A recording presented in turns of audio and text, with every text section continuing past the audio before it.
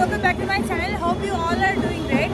আজকে জগদ্ধাত্রী পুজোর তৃতীয় দিন। আজকে ভাসান হচ্ছে আমাদের বাগবাজারে। ভাসান জগদ্ধাত্রী পুজো খুব বড় করে হয়, তো চলুন আজকে সেটাই আপনাদের সাথে শেয়ার করি।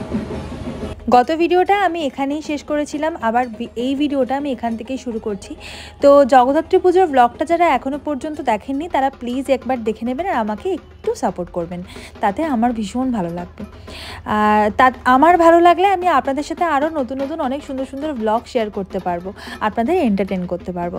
তো যাই হোক, বর্তমানে এখন আমি দাঁড়িয়ে আছি বলরাম মন্দিরের সামনের পুজোটার সিঁদুর খেলাতে। মানে যে পুজোটা আমি গত ভিডিওতে বলেছি যে মেয়েদের দ্বারা আয়োজিত হয়, ওটা আমাদের বলা যেতে পারে প্রায় পাড়ারই পুজো। তো ওখানে বিভিন্ন কাকিমা জেঠিমাদের সাথে একটু সিঁদুর খেলা হলো। ওরা সবাই আমাকে আর আমার দিদিকে পেয়ে একটু সিঁদুর মাখিয়ে দিল। তো ওখানে কিছুক্ষণ সময়টা কাটানোর পরে আমরা ভাসান দেখতে বেরোলাম। আসলে বাগবাজারের নিয়মটা হলো, মানে সামপার্ক বা বলরাম মন্দির যে কোনো মণ্ডপ থেকে ঠাকুরকে বার করে সিঁদুর খেলা হওয়ার পরে, বরণ করার পরে ওই সামনেটা কিছুটা ঘুরিয়ে নিয়ে, রাস্তাটা একটু গোল গোল ঘুরিয়ে আবার ওই সেম রাস্তা দিয়েই গঙ্গায় ভাসান যায়। এখানে আমি ললিপপ খাচ্ছি। এটা মনীন্দ্র কলেজের উল্টো দিকে একদম মিয়া মোড়ের সামনে একটা ফুটের ওপরেই একটা ছোট্ট মতো দোকান বসে। এটার ওপরে আমি একটা রিলস অবশ্যই দেবো, সেটা একটু চেক করে নেবেন আমার চ্যানেলে, এখনও দিইনি, দেবো। তো ওখানে খুব ভালো ললিপপ আর মোমো বানায়। তো ওখানে দাঁড়িয়ে দাঁড়িয়ে আমরা খাচ্ছিলাম। অ্যাকচুয়ালি আমরা যেটা করে থাকি যে ভাসানের দিন আমরা রাস্তায় ঘুরে বিভিন্ন ধরনের খাবার দাবার খাই আর ভাসান দেখি। আমরা তিন বোনে এক জায়গায় জড়ো হলে গল্পও হয়, আড্ডাও হয়, আবার খাবার দাবারও খেতে ভালোবাসি, একটু খাওয়াও হয়ে যায়।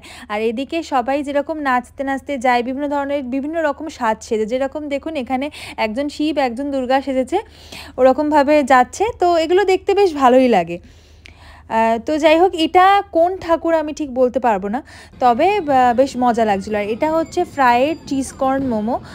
একটু ঝাল হলেও মোমোটা খেতে দুর্দান্ত ছিল। তো এই যেটা বলছিলাম আর কি, আমাদের পুজো মানেই খাওয়া, আর খাওয়া মানেই পুজো। তো যাই হোক, এই আর একটা ঠাকুর আসছে। এটার নাচটা কি সুন্দর, মেয়েগুলো এত সুন্দরভাবে নাচছিল, দেখতে বেশ ভালো লাগছিল।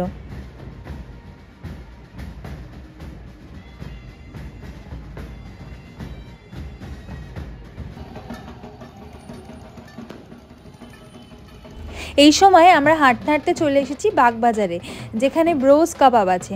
মানে এটা একদম হচ্ছে মাল্টিপারপাস স্কুলের অনেকটাই আগে।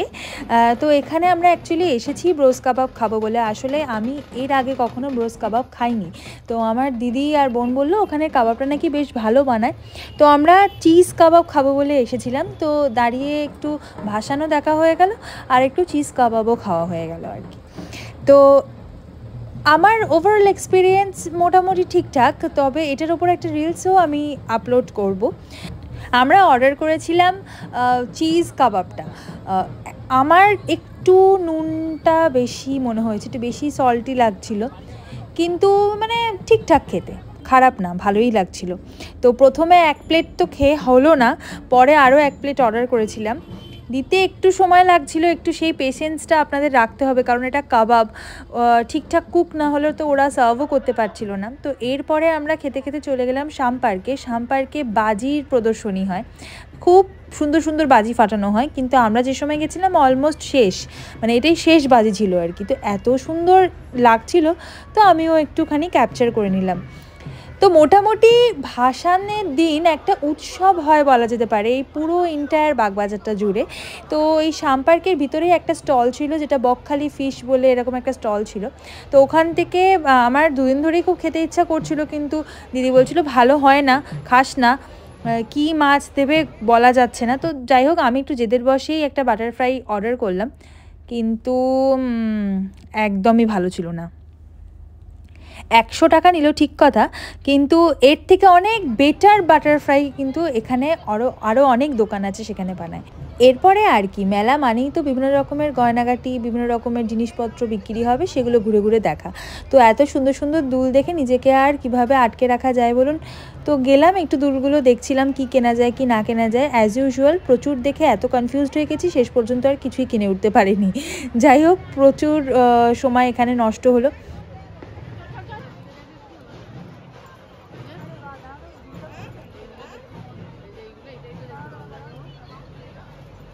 এরপরে আবার দিদি একটা আলু টিকিয়া ঘুগনি নিল, যেটা বেশ ভালোই বানিয়েছিল। অ্যাকচুয়ালি একটা নিচ্ছিলাম আর 3-4 জন মিলে একটু করে মানে টেস্ট করে দেখছিলাম। খুব যে পরিমাণে বেশি খাচ্ছিলাম তা কিন্তু নয়, কিন্তু অনেক রকম আইটেম আর কি টেস্ট করছিলাম। তো জামাইবাবুও ছিল সাথে, বেশ মজাই হচ্ছিল। তারপরে আবার চলে এলাম একটুখানি ভাসান দেখতে, কিছুক্ষণ দাঁড়িয়ে রইলাম। আর সবথেকে খারাপটা কী লাগে জানেন, মানে এত আলো, এত আয়োজন, সব কিছু মানে যেই পুজো শেষ হয়ে গেল তো সব শেষ। আর সব থেকে খারাপ লাগে যখন মণ্ডপের দিকে তাকিয়ে দেখি ফাঁকা মণ্ডপ। এই তো আগের দিনই ছিল এখানে মায়ের প্রতিমা, আর আজকে পুরো ফাঁকা। এগুলো দেখলে সত্যি খুব মন খারাপ লাগে। আবারও আমাদের সেই রোজ নামচাই ফিরতে হবে, সেই এক জীবন। এই দুটো দিনে একটুখানি বাঁচার অন্যরকম রসদ আমরা খুঁজে পাই, আবারও সব শেষ হয়ে যাবে। যাই হোক, আবারও পরের বছর আসবে, সেটারও অপেক্ষায় থাকা আর কি। তো এখানে আমি যে মগডালে বসে আছি সেটা হলো বলরাম মন্দিরের সামনে। বাড়ির দিকে ফিরছিলাম, বলরাম মন্দির হয়ে যাচ্ছিলাম, তো দিদি বললো একটু দাঁড়া, শ্যাম পার্কের যে ভাসানটা একটু দেরি হয়, তো একটু ওটা দেখেই তবে বাড়ি যাই। তো আমার পায়ে এত ব্যথা করছিল যে এখানে একটা স্টেজ হয়েছিল বলরাম মন্দিরের উল্টো দিকে, তো আমি ওখানে উঠে মগডালে বসে পড়েছি। এবার উঠে দিদিকে বললাম, তুই যত রাত পর্যন্ত ভাসান দেখবি দেখ, আমি এখানে বসলাম।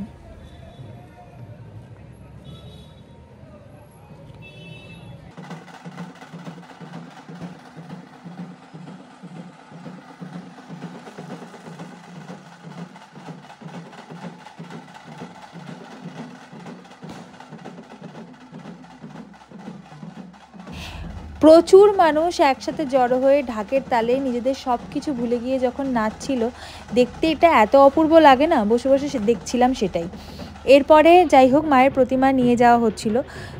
শ্যাম পার্কের প্রতিমাটা না সব থেকে সুন্দর করে এখানে, এত অপূর্ব মায়ের মূর্তিটা, অবাক দৃষ্টিতে যতই দেখি না কেন ততই কম হয় যেন।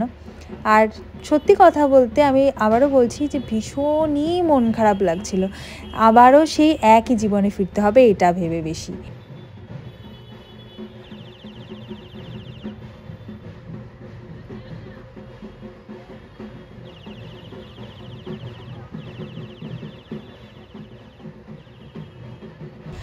ওদিকে মায়েরও বিসর্জন হচ্ছে, আর এদিকে আমার ভিডিওটাও শেষ করার পালা চলে এসেছে। আজকের ভিডিওটা তাহলে এ পর্যন্তই রাখছি। দেখা হচ্ছে আপনাদের সকলের সাথে অন্য একটি ভিডিও নিয়ে। ততক্ষণের জন্য সবাই ভালো থাকবেন, সুস্থ থাকবেন, এবং সব থেকে ইম্পর্টেন্ট, মনের দিক থেকে আনন্দে থাকবেন, পজিটিভ থাকবেন। আপনাদের সকলের সাথে দেখা হচ্ছে পরের কোনো একটা এক্সাইটিং ভিডিও নিয়ে। ততক্ষণের জন্য টাটা। আর প্লিজ আমার চ্যানেলটা একটু সাবস্ক্রাইব করে দেবেন, ভিডিওটা লাইক করে দেবেন, শেয়ার করে দেবেন। আসছি খুব তাড়াতাড়ি পরের একটি ভিডিও নিয়ে। টাটা।